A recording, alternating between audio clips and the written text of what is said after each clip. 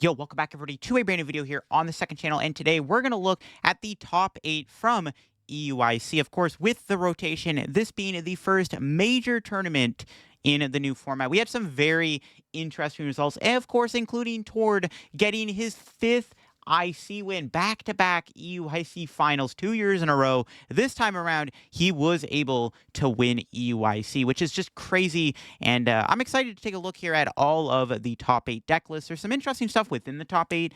And it's pretty important to look at these results, of course, with Orlando Regionals being next weekend, being the next major tournament. I think it's important to look at the top 8. Of course, when we get the entirety of Day 2 posted, probably tomorrow, we should be able to do the video where we look at every deck that got Day 2. But for now, I do want to talk about and look at all the decks in the top 8. So I think it is very important to look at the top 8, seeing what was played and what technologies were played. There were some very interesting results, some interesting lists, and all of that stuff to look at. I'll leave a link down below to Limitless if you want to go look at the decks for yourself and try them out. And if you're new here to the second channel, make sure to subscribe down below. We're on the road to 13,000 subs, and let's take a look here at Day 2. So, of course, like I said, Tord did win EUIC with his Charizard EX deck. Now, his list was a lot different than a lot of the Charizard decks that saw play at EUIC. Now, we'll get into that when we get to all of the Day 2 Charizard deck list, because all the decks that got Day 2 video will reveal a lot more about Charizard, because there were some very interesting tech cards being played in Charizard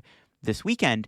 But Tord did play a bit of a different spin on the deck. He was playing a Bibarel and a Pidgeot in the deck. Now, Bibzard was hyped up going into the new format, then just kind of flopped, and nobody was like, Bibzard actually sucks. And then everyone's like, well, Pidgeot's the way to go. But Tord has actually decided to combine the two together. He plays both Pidgeot EX and Bibarel in the deck, and I like the idea of that. You do get a little bit of extra draw with Bibarel. One of the things Pidgeot sometimes can lose to is some really good Iono. Sometimes you get Iono to Rock Sand into a bad hand, and even with Pidgeot, you just can't piece together a knockout or a follow-up Charizard, and that's where the Bibarel comes in clutch. And also having two different draw engines in play is really nice. I mean, if your opponent targets the Pidgeot, well, that means you still have a Bibarel in play to draw cards, and you can still kind of keep things flowing. Tord did play some very interesting setup cards in the deck, too. He does have the classic Rotom V in the deck that you usually see in Charizard, but he also plays Cleffa. Now, Cleffa is a very interesting card to play within Charizard. It's got that attack, Grasping Draw, where you can draw cards until you have 7 in your hand. So if your opponent plays down a Spiritomb, which saw a lot of play this weekend, especially within the Lost Zone variants, well, Spiritomb shuts off Rotom. Charizard needs the Rotom to set up. Well, looks like you lose the game because you can't instant charge. Well, Cleffa is really good because you can get around the Rotom. Also, Cleffa is searchable, or get around the Spiritomb, sorry. Cleffa is searchable with Buddy Buddy Poffin, which is one of the things that makes Cleffa so good, is the fact you can search it out with the Buddy Buddy Poffin. And of course, it does allow you to draw cards until you have 7 in your hand. And that it's almost the same thing as doing Rotom sometimes. If you kind of play cards in your hand down, sometimes you're drawing that many cards anyways with Rotom. Tord did play some other very interesting cards in the deck, including his supporter account and his ace spec of choice. So a lot of the Charizard list, we're playing the Maximum Belt, very common card. Obviously, Maximum Belt lets Charizard do insane damage. It's really good in the mirror match, especially. But Tord chose to play Prime Catcher, which is a switching card, and it also gives you that extra gust option, because Tord does play 2 boss, 1 counter catcher, and 1 prime catcher, but Tord did have some other crazy stuff. He was playing double Turo scenario. Now, Turo is very good against control and stall, right? Being able to kind of play around Erica, being able to pick your stuff up is really good, and it does allow you to get your liabilities off the board. When you play down Lumineon or Rotom, a lot of the time in the later stages of the game, you do not want those to be in play, so you want to be able to Turo them immediately and get them off the board ASAP, and that's why it is good to have the Turo scenario within the deck. But Tord plays 2 of them. On top of that, he also has the Team Yell's Cheer, which allows you to shuffle 3 of any combination of Pokemon and supporters back into the deck. Now, you can use Yell's Cheer to actually get back your supporter cards. You can get back your Turos and your bosses, your Ionos, but you can also get back Pokemon, which sometimes can be pretty relevant to have within the deck. It's a very interesting supporter card to have in the deck, and it's a very cool option to play the Yell's Cheer alongside of the double Turo, which makes it very hard for Stall and Control to beat you. Tord did beat a Snorlax Pidgeot Control deck in top 8, and I'm assuming the double Turo Yell's Cheer combo really made that easier. He also plays a Roxanne in the deck. A lot of the online lists from Charizard in the online scene before UIC were playing a Roxanne Iono split. I wasn't sold on the Roxanne, but Tord did win UIC with the Roxanne, so I guess Roxanne is optimal. Tord also does, of course, play a Choice Belt and a Defiance Band. Like I said, there is no Maximum Belt or TM Devolution in the deck. He opted for those two tools instead, which I think honestly worked out really well. He also plays 4 Heat Tackle Charmander. He does have the Jirachi in the deck, so the Sableye isn't really as much of a threat when you have Jirachi. And the Heat Tackle can actually be good. One thing Heat Tackle actually provides good value in is it can actually put 30 damage on opposing Charizard. So one of the things Tord was actually doing throughout the tournament was he was Heat Tackling Charizard for 30, and that fixes the math for a Burning Darkness later on in the game. And it actually ended up being very relevant in Tord's deck. So the 4 Heat Tackles, I think, is probably optimal. You do have to play Jirachi, and I mean, now that Tina did really good. I mean, you kind of have to play Jirachi now because Lost Zone is starting to come back in a big way. So Jirachi, I think, needs to go back in Charizard. Because some of the Charizard lists I saw this weekend were not playing Jirachi, but yeah, you probably got to play it now. But yeah, Tord having a very interesting 60. Is this the optimal Charizard list going forward? It might be. I definitely can see changes being made to the list through and through. A lot of people can say, well, Tord won EUIC because he's Tord. But I do think this deck list is very good, and I think it's a solid 60, and this might be the best way to play Charizard going forward for sure. And I'm sure Tord might have more to say about it in the future. But we do have to look at Isaiah Bradner's very interesting Lost Tina list here. Now, Lost Tina saw a big amount of play this weekend from a lot of the top players, and that was because it was very good against Charizard. Lost Tina has a great Charizard matchup. You have Star Requiem, you have Lost Impact, and you have Iron Leaves in the deck. You are very favored against Charizard, but Lost Tina was very good, and it was positioned to win the tournament. I mean, Isaiah did take down the Pidgeot Control deck in top 4, and that was because of that Bayonet EX. That was the big technology that Isaiah Bradner's group actually played, was that one of Bayonet and the other Bayonet. The Bayonet EX is very relevant, so it's a very interesting card to play. So it has that item lock attack, very good against Shempao, which is a tricky matchup for Giratina. And having the Everlasting Darkness against Shempao makes it really easy for you to win because they can't use Rare Candy Excalibur. I do think Arctibax is going to start seeing playing Shempao going forward, but for this tournament, nobody was playing the Arctibax, really. There was one person playing Arctibax, I think, and that's where the Bayonet really came in clutch against Shempao, and it's good against the Pidgeot Control deck because you can item lock them from getting Rare Candy. You can kind of use it against Charizard. It's a little risky because Bayonet does get killed by Charizard in one hit. It's weak to Dark. But the other reason it's played is Poltergeist. Your opponent reveals their hand and does 60 damage for each trainer you find there. The idea behind Poltergeist is that it allows you to take big knockouts against Control. And this is actually how Isaiah Bradner won the set against Control in top 4, is the Pidgeot Control deck has a massive handful of trainer cards, because that deck is like 70% trainers. Then Bayonet came in with a massive Poltergeist against a Heroes Caped Pidgeot with 380 HP or something, and the Bayonet was a very clutch card in that matchup. So the Bayonet, I think, is a very interesting inclusion within Tina for those matchups specifically. And then you get to play the Puppet Offering Bayonet, where once you're in turn, you may put a supporter from your discard back into your hand, and then you can put Bayonet in a Lost Zone, including the Shuppet. So it gets you +2 in the Lost Zone. It can push you closer to Mirage Gate and Sableye, and you can get back a Colress, a Boss, a Roxanne, whatever you so please with the Bayonet. So it's a very interesting inclusion in the deck. Everything else is just kind of your normal Lost Tina stuff, the Leaves, the Temple of Sinnoh's in the deck, very good, obviously, against Mist Energy and against the Gift Energy. Mist Energy was very popular in Charizard this weekend. And then the Roxanne Colress, pretty simple stuff you usually see in a Lost Tina deck. There is that the Forest Seal Stone Story in the deck, which is an interesting inclusion. The one thing I guess that's maybe missing is there's no Lost Vacuum, but I think the 60 is pretty good. And I think the Bayonet does help fix a lot of Tina's more awkward matchups, especially against Pidgeot and Shempao. This might be the best way to play Tina going forward. And then, of course, we do have Alessandro with the Pidgeot EX Control deck in top 4. Alessandro is an innovator of Control. Much like Sander, Alessandro always plays Control decks, and he did get top 4 with the Pidgeot Control deck here. Pidgeot Control is a lot different than Snorlax Control. As you can see, there isn't even a Snorlax within the deck. It's all about using disruption cards like the Luxray, like the Mimikyu, like the Noivern, and the Bouffalant. So I should kind of talk about some of the inclusions in the deck here. So Luxray does allow you to Fang Snipe your opponent. Your opponent reveals their hand, and you discard a trainer card you find there. That is a really good way to slow your opponent down. You can discard supporters like Ionos, Arvins, Colresses, Rare Candies can even get discarded, stuff like that. And, of course, you can combine that with Eerie to make it even more annoying for the opponent. Then there's also Noivern EX. I just did a video on Noivern Vulpix on the channel, but Noivern does prevent all damage done to it by basic Pokemon, so it's a great way to wall off Future Box and Ancient Box. or any deck that just uses basic Pokemon for that matter.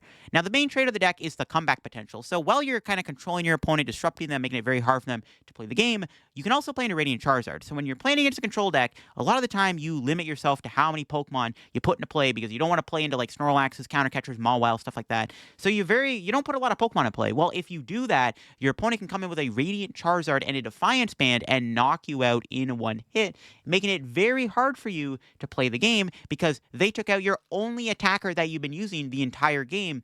Because you're playing very cautious against control, you very much can walk into a Charizard and it knocks you out.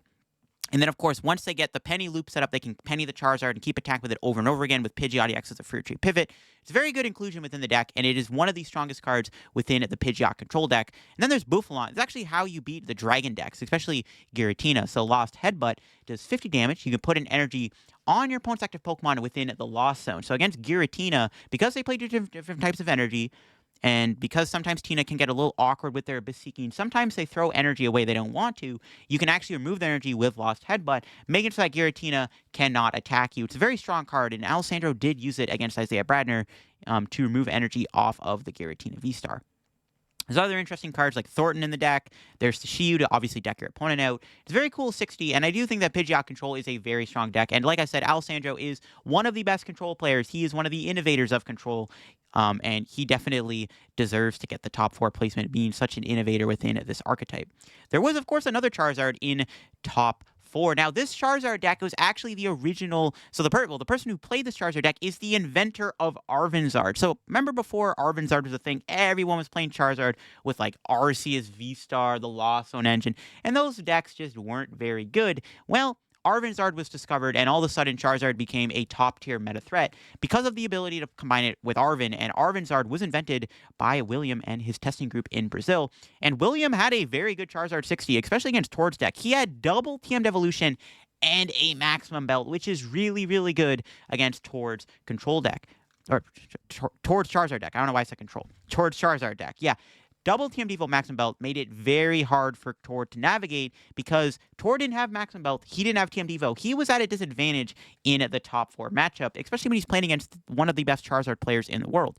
Another thing to note, William also did play the Cleffa in the deck, much like what Tord played. So both Tord and William were playing the Cleffa. The Cleffa, I think, is going to be a thing now within Charizard. The one thing William didn't have, obviously, is that Jirachi, which would have been very, very relevant against Isaiah Bradner if William had beaten Tord and made it to the finals. He does also play the Turo scenario with no switching card in the deck, but does have a Palpad, but no Yell's Cheer. So different 60s. There were some similar things, the Cleffa, the Turo, stuff like that. But William, I think, did have the advantage with the heavy anti-mirror tech cards that Charizard has. That's kind of the thing with Charizard right now is Charizard is just going to tech itself out. It's going to keep playing techs for different matchups. It's going to keep adapting to the metagame. I'm interested to see how Charizard keeps evolving, especially heading into Orlando. We got a couple Iron Hands decks in top 4. I predicted that Iron Hands was going to do okay this tournament, and Iron Hands proves to not be a flop. Now, it does have a bit of an awkward Charizard matchup, but we do see one on the list here getting top 4. It's a very straightforward build. It's got the normal stuff you see, the Miraidons, the hands, no leaves or anything, no other technology, just a very straightforward and simplistic list with the Arvins, the Researchers, the Ionos, just a lot of draw. There is one Erica in the deck, which is very cool. You can Erica something out of your opponent's hand, force in the active spot, and then amp it for a knockout, which is kind of funny. So Erica can be a very strong card to have within this Iron Hands deck. There, of course, was a second one within top 8 here. We saw Yuho make it into top 8. He almost would have won another IC. That would have been kind of cool, but yeah, he did get top 8 with the Iron Hands deck once again.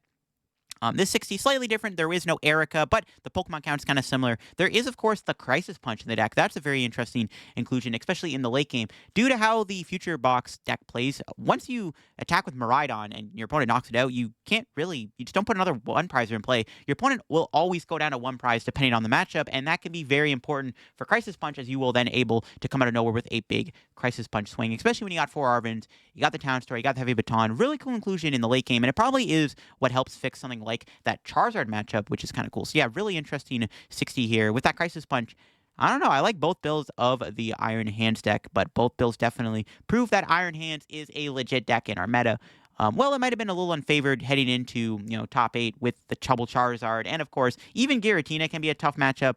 Iron Hands still get into top 8. That's not the only Paradox deck. There was that the Dunsparce Roaring Moon deck in top 8. I was a believer in this deck. When I did my video on it, I was like, this deck's actually pretty solid, and I am very happy to see that it ended up getting top 8 at EUIC. One of the coolest decks to get top 8 in this tournament. What a sick archetype, and I'm going to tell you, man, this deck definitely puts Roy Moon back onto the map.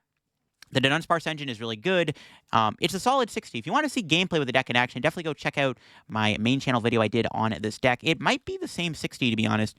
I don't know if it's the same person who won the online tournament with the Roaring Moon deck originally, but it is very much like the same 60, I'm pretty sure, like almost card for card. But it is a very strong and powerful deck. And I like it a lot. I think it's an underrated archetype, and I'm happy to see that it did get all the way into top 8. It was just awesome to see. That. And then finally, the last deck in top 8 was once again another Pidgeot deck. Now, this one was not a Pidgeot control deck like Alessandro played with all the different attackers and different threats. This one was a little bit more of a simplistic build. It did still play the Luxray. I mean, Luxray and Pidgeot is kind of the meat of the deck. It's literally those two combined. It's what makes the archetype. But there's still the Radiant Zard and the Shiyu and the Mawile. But this one does play the Snorlax. There's no Noivern. There's no Bouffalon. It does play the triple Snorlax within the deck. There are some other interesting inclusions, of course, like the interesting counts for the items. There is that TM Devo, which is pretty good if you run into weird shenanigans against Charizard. It can be good against Shenpao too. Of course, the Temple of Sinnoh, the Basin, and the Artisan, making Radiant Charizard a strong attacker. Got the Hero's Cape, Misfortune Sisters. Very interesting 60. It's a bit more of a straightforward build of the Pidgeot control deck. I would assume Alessandro's deck is a lot harder to play. But if I'm going to recommend a newer player, or not a newer player, but someone who doesn't really play control that much, to pick up a control deck that got top 8 this weekend, I would probably pick Bert's deck over the Alessandro 60, because Alessandro's list is a lot more complicated. There's a lot more intricacy, a lot more lines, a lot more different plays you can make. That deck is harder to play than Bert's deck, but Bert's deck is a little bit more simplistic if you're looking to pick up Pidgeot control. But Pidgeot control is very, very scary, and it was the best performing stall control deck to do well at EUIC was the Pidgeot build, because Pidgeot is a lot more skill expressive, and if you can actually pilot it properly, it can do very, very good within the tournament. And as you can see, 2 of them made it top 8. But that was the EUIC top 8 results. Very interesting results. Tord winning his 5th IC is insane. So once again, big congrats to Tord for winning the 5th IC. That is crazy. And the fact that he got back-to-back finals at EUIC 2 years in a row is also just bizarre. It is crazy. Tord is the GOAT. He's the best player of all time. I'm going to say it right now. I said it on the Shift Gear podcast, but he is the best player of all time. And this, I think, honestly, might just cement his legacy. I know he didn't win Worlds, but this has to cement his legacy. Isaiah Bradner coming so close once again to winning an IC, once again losing in the finals. But very interesting results here. Charizard still BDAF going forward. Giratina stonks are way up. Giratina might be the second best deck in the format behind Charizard. Lugia looks like it might have flopped, and we'll of course get into all of the results at EUIC in all my decks that got day 2 video. That will come out probably tomorrow when all the results get posted, which I'm assuming will be tomorrow. And we're gonna dive a little bit more into what got day 2. There was a lot of really interesting stuff in day 2. So I definitely am excited to look at that. But if y'all enjoyed the video here on the second channel, make sure to leave a like in the video and subscribe if you're new to the channel. I'll leave a link to Limitless once again if you want to go copy any of your deck lists and play these for yourself, especially if you're someone who's going to Orlando and wants to test for Orlando. But that'll be for me. Hope you enjoyed. Have a good rest of your day, and bye-bye.